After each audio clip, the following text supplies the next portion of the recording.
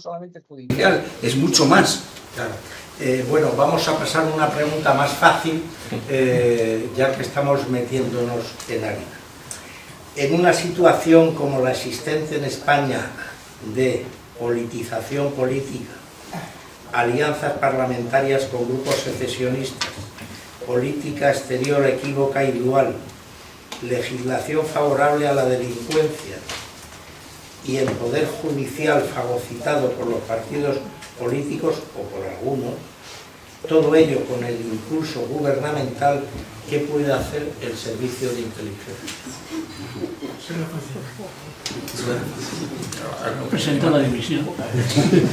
Bueno, a lo mejor alguien no está de acuerdo con la premisa inicial, pero bueno, es parecido a lo que está pasando, creo yo, en España. Entonces, en una situación en la que el servicio de inteligencia, como hemos dicho, tiene dos ejes de ética, que es la defensa del interés nacional y la defensa de la Constitución, ¿qué puede hacer si el gobierno de la nación, del que depende directamente, está metido en estos laberintos, para mí laberintos? Entonces doy la palabra a nuestro... Bueno, yo en cuanto a la premisa sí voy a discrepar efectivamente de una parte de la formulación de la pregunta. Yo no creo que la legislación española favorezca a los delincuentes. Me he pasado la vida persiguiendo a los delincuentes como abogado del Estado, jefe del Departamento de Penal.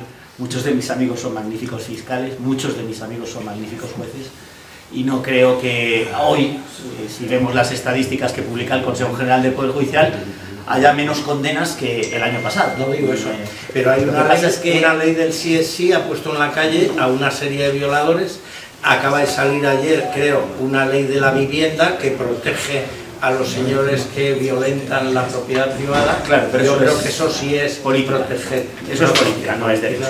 No es derecho, no es derecho, eso no es derecho. No. La legislación española, ni las instituciones españolas, ni ningún gobierno de España, aunque no estemos de acuerdo, yo el primero, con ese gobierno, protege a los delincuentes. Eso es lo primero. Que por razones políticas nos hayamos encontrado con una situación en donde se ha indultado a unos señores que han sido condenados, eso es política. Yo he puesto un recurso contencioso administrativo contra ese indulto de esas personas que han sido puestas en la cárcel, en la calle, después de haber sido condenadas por atentar contra la integridad del territorio español. Y no entrar en la cárcel, pero eso tienes una condena firme, pero eso, como el señor Griñán, es político. Pero eso entrará, o se morirá antes, pero entrará. Entrará porque el Poder Judicial en España es independiente. Entrará porque la justicia en España es lenta, pero no hay quien la pare. ¿Es independiente el señor Cumpido? No hay quien la pare, no hay quien la pare. ¿El señor Cumpido es independiente? No puedo soportar de ninguna manera que cuando uno lleva su toga, como este señor y como yo, durante muchos años, y yo tampoco ahora, pero durante muchos años, y has visto la calidad de la judicatura española, y has visto la calidad de la Fiscalía española, alguien diga que la justicia en España no es independiente. No es independiente el órgano de dirección de los jueces. No nos confundamos entre el Consejo General del Poder Judicial y los magistrados, jueces y fiscales que todos los días en los juzgados de España, y abogados del Estado, por ejemplo, imparten justicia. No nos confundamos. Tenemos un problema grave con esto, que no es el tema de nuestra reunión, Y es verdad que los estudios que hace la Comisión Europea resulta que los españoles tenemos una percepción muy mala de nuestra justicia. No es así. Salvo los que estamos trabajando en la justicia, que tenemos una percepción muy buena de la justicia de los profesionales y muy mala del gobierno. El presidente, claro, no nos confundamos las dos cosas. El presidente del gobierno dijo públicamente en televisión que el fiscal general dependía de él, y eso lo ha oído toda España. Entonces la Fiscalía General, su carta de legitimidad es la defensa de la legalidad. Y cuando el fiscal general del Estado le dice a un fiscal, compañero, buena persona, tío independiente, vas a hacer esto, el fiscal, este concreto, dice, artículo 27 del Estatuto Orgánico del Ministerio Fiscal, no lo hago. ¿Cuántos lo hacen? ¿Así? ¿Sí? Claro, porque los fiscales, si algo tienen, es precisamente su prurito de independencia. Tienden en general a hacerlo, incluso podríamos decir que algunos lo hacen excesivamente. Bueno, pero para esto hay que conocerlo, no hay que hablar de oídas, no hay que creerse lo que dicen los periódicos, hay que estar ahí en la justicia. Hay que estar en la justicia, vivirla todos los días. Habré hecho decenas de miles de juicios como he hecho yo. Con Claro. el respeto a la toga suya Entonces, y a la del magistrado, lo de los señor jueces- Trillo, lo que sí se percibe, bueno, a lo mejor lo percibo yo solo en España. No, lo que percibe yo- mucha gente, pero lo que yo es sí una per- pena. Lo que yo sí percibo es que una determinada ley ha soltado o ha disminuido la pena de una serie de delincuentes. Otra ley de la vivienda va a proteger aún más, si cabe, a unos señores que ocupan la propiedad privada. Ayer, por lo visto, le cogieron la casa que tiene en Marbella el fiscal general de Gran Bretaña. Le han entrado unos ocupas y se ha ido a Gran Bretaña realmente alucinado de lo que... En Ibiza, sí. En Ibiza. Y estamos de acuerdo perfectamente en eso. Entonces, Estamos en desacuerdo con lo que está haciendo Juan. entonces, lo que yo Eso no significa lo que, yo que los pregunto delincuentes campen a es, sus anchas. dentro de este camino que lleva el gobierno, que para mucha gente no es el interés general y no es la defensa de la Constitución, cuyos primeros mandamientos son la unidad de España, no la secesión a voluntad. Entonces, ¿qué puede hacer un servicio de inteligencia del que el gobierno es su principal cliente? Comportarse de acuerdo con la ley es una respuesta muy sencilla. Vale. Comportarse de acuerdo con la ley que exige que sigan una directiva de inteligencia, establezcan unos objetivos, ejecuten de forma autónoma sus operaciones, cuando vayan a intervenir y limitar los derechos fundamentales de los españoles, se sometan al control judicial de un Estado democrático y operen dentro de la legalidad. ¿Qué van a hacer? España es uno de los países más seguros del mundo, no sé si alguien lo sabe. España es uno de los países más seguros del mundo. ¿En qué ámbito? En todos. Yo salgo ahí a la calle, me roban, me pongo una denuncia y la policía investiga. Y luego hay casos como los que has contado tú, que estamos totalmente escandalizados de que haya normas, de que haya leyes, de que se reformen y que se adopten actos, como por ejemplo el de los indultos, que nos repugnan, pero son casos. Lo que no se puede hacer es decir, bueno, es que España es el paraíso de los delincuentes. No es verdad. No, pero cuando salen No es verdad. mil violadores o ven es reducida verdad. su pena, Entonces, los mil el Centro violadores... Nacional de Inteligencia hace lo que tiene que hacer de acuerdo con la ley, lo que hacemos todas las personas responsables, la gente de bien, que dicen otros, ¿no? Sí, pero quiero decir, cuando la suelta de violadores adquiere esos números, ya deja de ser casos para convertirse en categoría. Pero es que el servicio de inteligencia ahí no tiene absolutamente... No investiga delitos. El servicio de inteligencia No investiga delitos. no tiene una política autónoma. Claro. El servicio de inteligencia es una institución, efectivamente, para los intereses generales, pero intereses dirigidos directamente por el gobierno. Claro. Es decir, el servicio de inteligencia no puede salir en este momento a oponerse con que esos violadores estén en la calle y que por lo tanto oponerse a la decisión parlamentaria de esa ley, por mucho que parezca bien o parezca mal. Esto no tiene nada que ver con el servicio de inteligencia, porque además el servicio de inteligencia, entre otras cosas, no puede tomar decisiones. El servicio de inteligencia únicamente informa y podrá informar probablemente que, yo qué sé, esa ley puede implicar problemas en el pensamiento independentista vasco, Pues eso es una acción. pero es un informe que facilita al gobierno, Claro. pero no es algo que el servicio de inteligencia pueda decir, yo estoy en contra de la ley del sí o sí. Lo puede La hacer pregunta cada es qué uno de puede los- hacer el cada uno servicio de de los- inteligencia. Puede Entonces, hacer lo que le encarga el gobierno en ese punto. Pero nada puede más. criticar al gobierno. No, el servicio de inteligencia no podrá, en cuando despache el director con el presidente del gobierno, podrá decirle, mire usted no se pase, hay este problema y eso. No, no se Pero pase, no le tiene puede decir. iniciativa. Le podrá decir en todo caso, esto que se está haciendo puede tener estas repercusiones. Y seguramente se lo dirá. Sí. Se lo dirá, pero vamos, Pero no eso forma es parte, hacer. no puede por sí mismo decir, es que a mí me parece mal la ley del sí así y por lo tanto tomo unas decisiones en este momento. Esto lo puede Me hacer. parece tal. Es decir, la ley del sí es sí tiene estos efectos. Pero eso no lo Entonces, dice el Parlamento ya todos los días. Claro. Eso no lo decide. Eso es política. Eso no es no es información confidencial, eso va a estar en el periódico, según qué periódico se lea. Además, un miembro del servicio no tiene capacidad de detención. No la tiene. ¿De detención? De detención. No puede detener a nadie. No hablo de detención aquí. No, porque estamos La hablando... pregunta es qué puede hacer el servicio de inteligencia. Si es que puede hacer algo o no. Cada uno de los puntos y afirmaciones que se ha puesto aquí serían objeto, como estamos viendo, cada uno de ellos de un debate solo. Y con respecto al Sáhara, tengo que decir algo. Vamos a ver, el que dice que las provincias, que el Sáhara va a formar parte de provincias marroquíes, es el señor Trump. Fue el primero que lo dijo. Además, le dio una condecoración al rey de Marruecos. Y los saharauis y otros muchos esperaban que Biden acabara con ello. Biden no ha acabado. El trasfondo es que detrás están los acuerdos Abraham, en el que Marruecos establece relaciones con Israel. Recuerdo que España en tiempos, y estaba yo por allí, hubo relación con Marruecos, con Israel, con una oficina que se montó dentro de la embajada española. Y Mauritania no era partidario para nada de Israel. Pero aquí se ha construido esto sobre ese hecho de que Trump y Biden han dicho, ya está. Entonces, ¿a quién prefería la política exterior en la que no entró ni salvo? Pues orientarse hacia dónde, hacia Marruecos, con el que se tenía una cantidad de problemas. Con Argelia, pues bueno, Argelia está del lado de Rusia, con la guerra de Ucrania. También lo está. Y luego hay una guerra de la que nadie habla, que es una guerra silenciada, entre los saharauis y los marroquíes.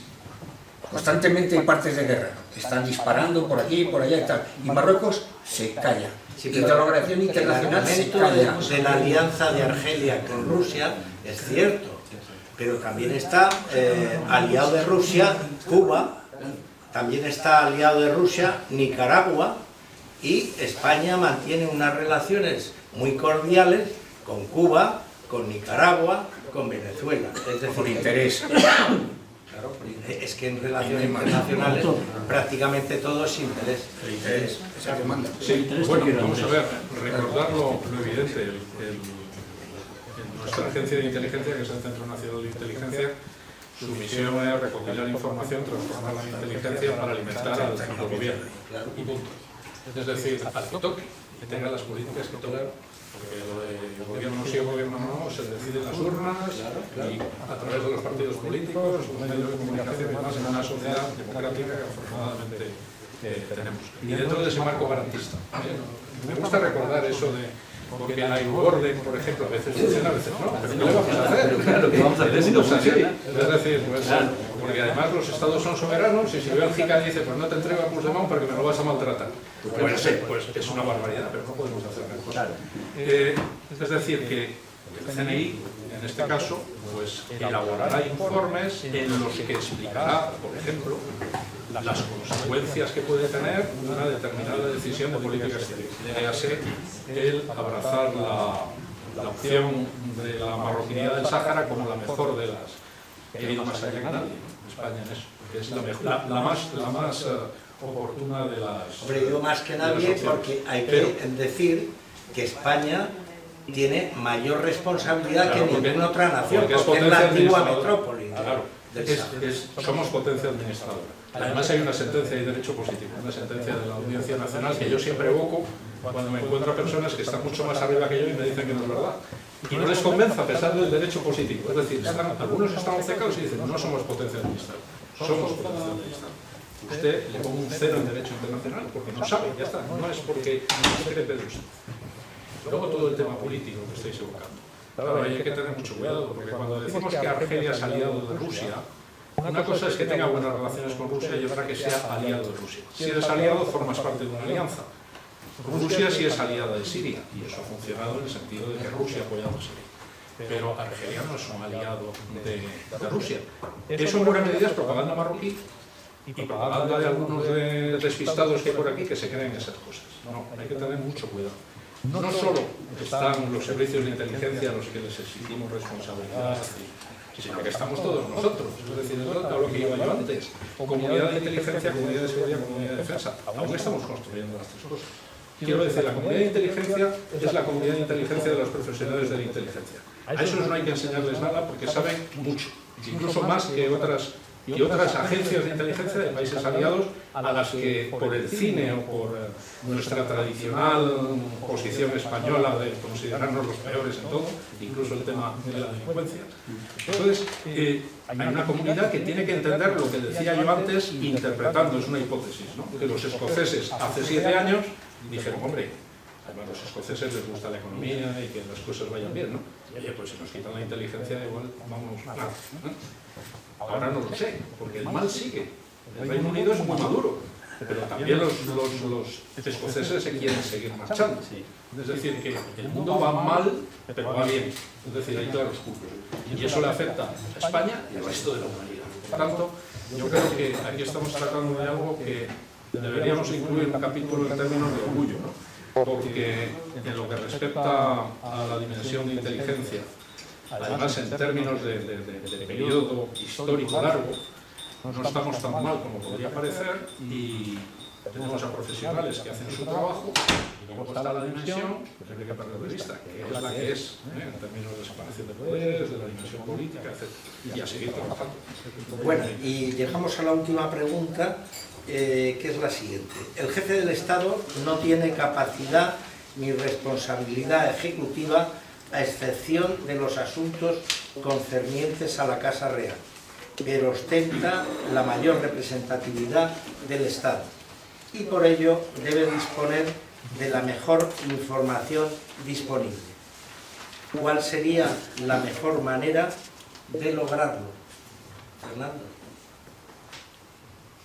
Bueno, yo lo único que tengo que decir es que entre el papel que realiza el jefe del Estado, que son muchos, hay uno que dice ser informado en los asuntos de Estado y presidir estos a efectos del Consejo de Ministros.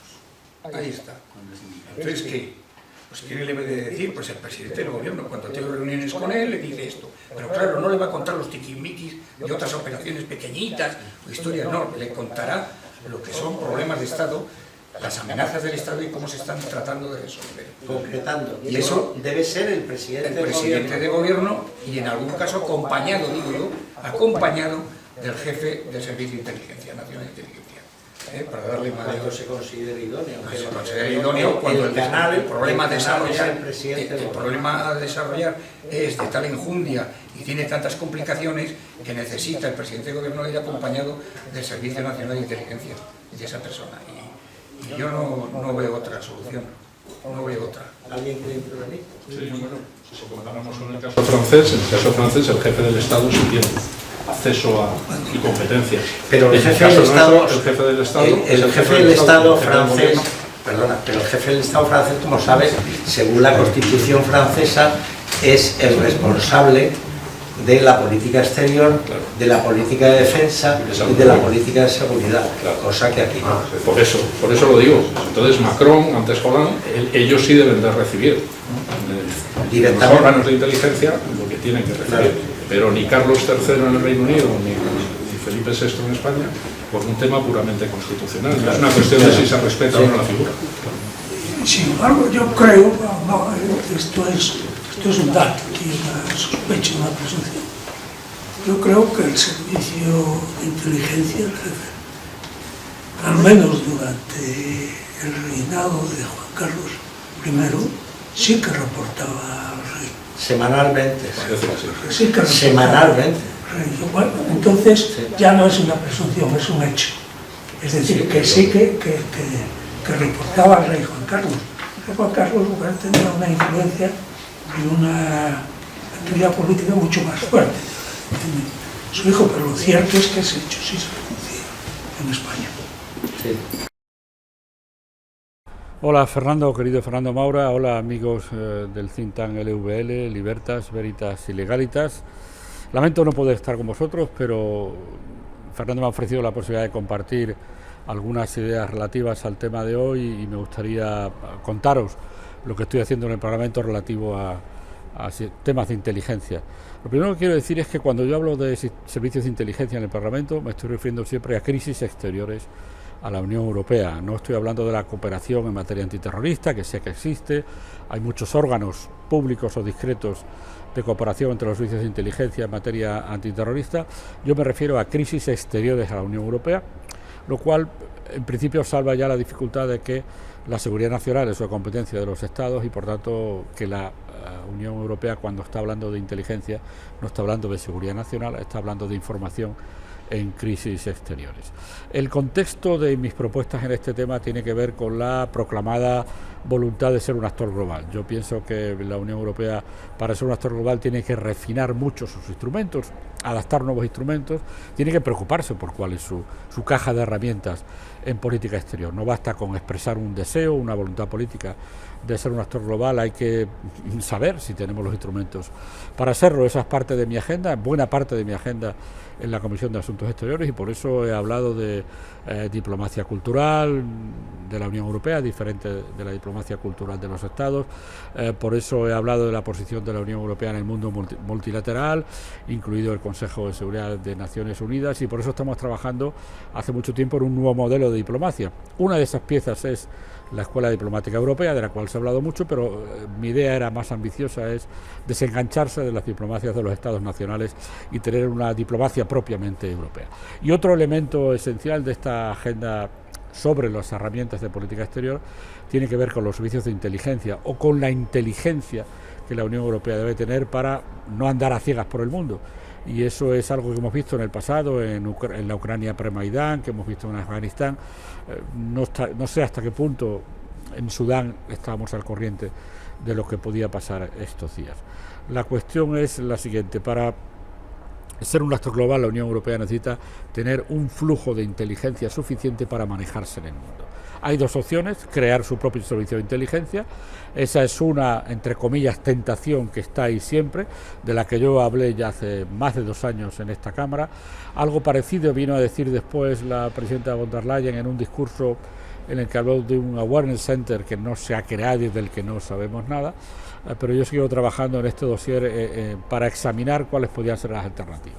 La alternativa más federalista, si queréis, es que la Unión Europea cree su propio servicio de inteligencia, pero eso iba a crear dificultades de relación, creo yo, con los servicios de inteligencia nacionales.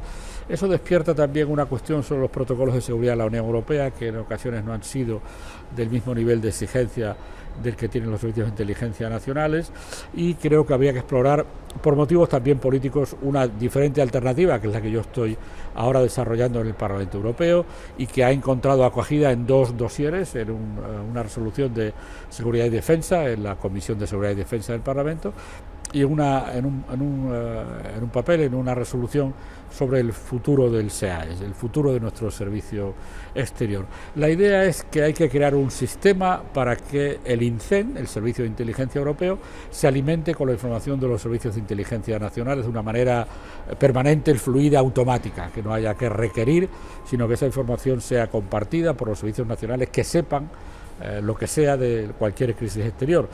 Mi tesis es que la Unión Europea, el servicio exterior de la Unión Europea, debe saber tanto como el Estado que más sepa de una determinada crisis. Y la única manera de lograr esto es un flujo de información en tiempo real de los servicios de inteligencia nacionales al servicio de inteligencia europeo. Yo nunca hablo de un pool de inteligencia, esta es una idea que se ha manejado a veces. Yo no le pido a ningún servicio de inteligencia, no a ningún gobierno que comparta con otros 26 recursos de inteligencia que le han costado mucho en términos financieros, políticos y de asumir riesgos. Lo que sí digo es que eso hay que pasarlo a Bruselas. Por tanto, si luego esa información se puede compartir o se quiere compartir por el servicio que la ha conseguido con otros 26 miembros de la Unión Europea, será su decisión, pero yo creo que el flujo automático tiene que ser con Bruselas para que la Unión Europea tenga la mejor información que pueda tener sobre crisis exteriores. Hay algunos elementos adicionales, como la creación de este cuerpo de crisis que está creando el SEAE en cerca de 70 delegaciones, que podrían ser eventualmente, hay que estudiarlo mucho, el germen de otro tipo de funciones de inteligencia, pero ahora se trata de garantizar que Bruselas tiene la mejor información sobre una crisis exterior y que esa información ha sido obtenida por los Estados miembros y facilitada a Bruselas para su toma de decisiones. Es un dossier en el que estamos trabajando, hay que reforzar el INCEN. El servicio de inteligencia europeo, el INCEN, es un servicio de análisis de fuentes abiertas y de análisis de las fuentes que le dan los servicios de inteligencia nacionales. Hay que reforzarlo, hay que asumir que para ser ese actor global necesitamos instrumentos mucho más poderosos. El INCEN ha funcionado muy bien como instrumento de análisis, pero ha funcionado muy bien sobre todo porque ha creado relaciones estables con los servicios de inteligencia nacionales, y si ese canal está bien engrasado, seguramente la Unión Europea no se planteará tener su propio servicio de inteligencia. Yo creo que ese es un elemento esencial. Estamos trabajando en este dossier, espero poder escuchar de vosotros vuestros comentarios, vuestros argumentos, vuestras ideas, porque me consta que Fernando tiene preparada una excelente sesión del think tank, y yo espero poder compartir en el futuro estas ideas con vosotros, y os pido, por favor, si hay cuestiones que queráis compartir conmigo, la mejor disposición para recibirlas. Un saludo a todos, muchas gracias, Fernando, por tu invitación, que tengáis una buena sesión. Sí, muchas gracias y buenas tardes. No sé si podemos presentar las conclusiones en el caso que haya quedado alguna clara, pero sí que quisiera resaltar los temas más importantes que hemos tocado esta tarde, porque como dice David Henneberger, el director de la Fundación Naumann, vivimos tiempos especiales para el control de las sociedades democráticas. Y en ese sentido, el tema que hemos tocado hoy, los servicios de inteligencia, bien merecen un debate, y agradecemos personalmente todos a Fernando Maura por haber organizado este debate. Hemos tenido el privilegio de escuchar y aprender sobre los servicios de inteligencia alemanes y la importancia de los servicios de inteligencia en las democracias liberales, que hoy en día se encuentran ante grandes retos, entre ellos el equilibrio y la protección de las libertades fundamentales y los derechos humanos. ¿Y para qué necesitamos estos servicios de inteligencia? Yo creo que el europarlamentario Cook nos lo ha explicado muy bien y nos ofrece 4 razones fundamentales. La primera sería la guerra de Ucrania y los intentos de Rusia de destabilizar las democracias occidentales, que según nos ha contado empezó mucho antes o tiempo antes de la guerra de Rusia. El segundo factor sería los atentados islamistas en la Europa occidental, teniendo quizá como paradigma el 11 de marzo y el hecho real de que la amenaza, el riesgo, sigue existiendo.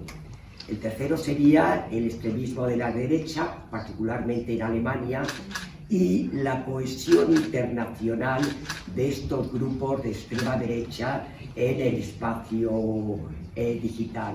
Y el cuarto factor por el que necesitamos de los servicios de inteligencia sería las diferentes escaladas bélicas y los intentos de desestabilizar las democracias occidentales, y quizá ese peligro fundamental provenga fundamentalmente de China.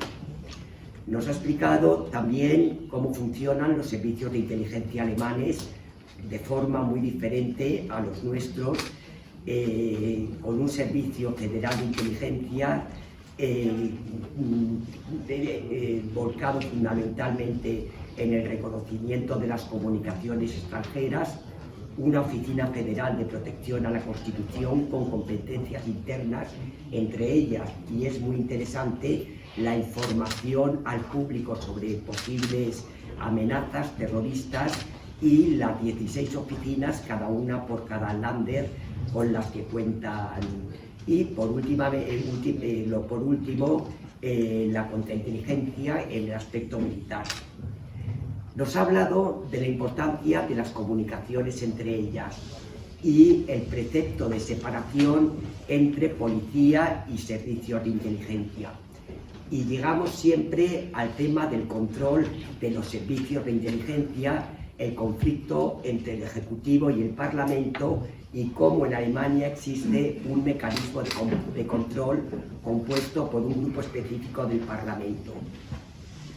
Estos servicios de inteligencia, en los que se encuentran la transmisión de datos, la propia evaluación de los servicios de inteligencia, la estructura federal del Estado alemán y la comunicación entre los diferentes Länder, la ampliación del control desde el Parlamento, al mismo tiempo que él aboga por una reducción de estos servicios para hacerlos más racionales y más eficaces. Muchas gracias por la presentación, creo que ha sido de enorme interés para todo. Y de ahí hemos pasado a el control de los servicios de inteligencia españoles. Ha hablado el señor Argundoval del control interno. A mí nos ha contado una cosa muy interesante sobre la primera condena de traición a la patria por un agente del CNI que vendió nombres y cédulas de identidad a los rusos. Realmente eso nos da a entender que estamos a lo mejor más protegidos de lo que creemos, y él habla de un antes y un después de la Ley Orgánica de Control del CNI de 2002. Y respecto a alguna discusión que ha habido de qué hacen los servicios de inteligencia, qué pueden hacer, nos ha recordado que la Directiva de Inteligencia fija los objetivos y que ha fijado el Poder Ejecutivo. Y en este momento que vivimos una situación particularmente complicada en España, realmente nos ha hecho reflexionar una vez más cómo, teniendo dentro del Parlamento el brazo político de ETA, a aquellas personas o aquellos políticos que han dado golpe de Estado, realmente compartir temas de seguridad nacional con todos puede ser realmente complicado, si no peligroso. En este aspecto, el señor don Ramón Trillo ha hecho una acotación importante diciendo que la relación entre control y eficacia de los servicios de inteligencias no es clara, mientras que Fernando Pinto nos ha hablado de la falta de cultura y un tema muy importante, el control de un centro que no quiere que lo controlen. Siguiendo con la discusión, Carlos Echevarría nos ha hablado de que es necesario un control de los servicios de inteligencia antes de que se produzcan los errores, porque errores siempre se producen en España y en el extranjero. Habla como un error importante de los servicios de comunicación de Estados Unidos el 11 de septiembre y cómo se ha madurado, se ha aprendido, pero quizá la reflexión sobre su mejora y modernización debería hacerse antes de que estos fallos ocurran. Respecto al nombramiento del director de los servicios de inteligencia, en este momento lo decide el Consejo de Ministros. Podemos barajar otras opciones, pero una reflexión muy interesante por parte del señor Val es: discutimos siempre sobre el nombramiento, quizá habría que discutir también sobre el cese. ¿Debe coincidir o no debe coincidir con la legislatura? Debe ser nombrado por el gobierno entrante, pero creo que todos estamos de acuerdo en que estos temas necesitan muchos más debates para continuar aprendiendo y mejorando nuestros procedimientos. El señor Ramón Trillo nos ha contado la situación española, donde tenemos un juez especial que no es experto en inteligencia, como es su caso, pero que tiene unas ventajas. Obviamente, el conocimiento exhaustivo de la ley y la potestad de preguntar por las fuentes, que a lo mejor una comisión parlamentaria no la tiene. Respecto a eso, también hemos hablado que las peticiones son de resolución inmediata, pero que en ocasiones se necesitarían más diligencia, una mayor diligencia. Y también nos han recordado los señores de la Judicatura que realmente en España hay una cierta confianza, aunque parezca que no, hacia la figura del juez, y en el caso particular de los servicios de inteligencia hacia la figura del juez especial. El señor Edmundo Val nos ha hablado de la modernización de la ley de secretos, y ahí quizá el señor Fernando Pinto nos ha hecho ver también que existen otros intereses, como puede ser el de la investigación histórica, o que también precisa de esa información, sobre todo en unos tiempos donde las cosas pasan muy deprisa y necesitamos acceder a la información muy deprisa. Respecto a la información que debe tener el jefe del Estado, creo que todos estamos más o menos de acuerdo que debe ser el presidente de gobierno el que se la ofrezca, aunque hemos visto que en otros momentos de la vida política española era el jefe del Estado el que recibía información directa de los servicios de inteligencia.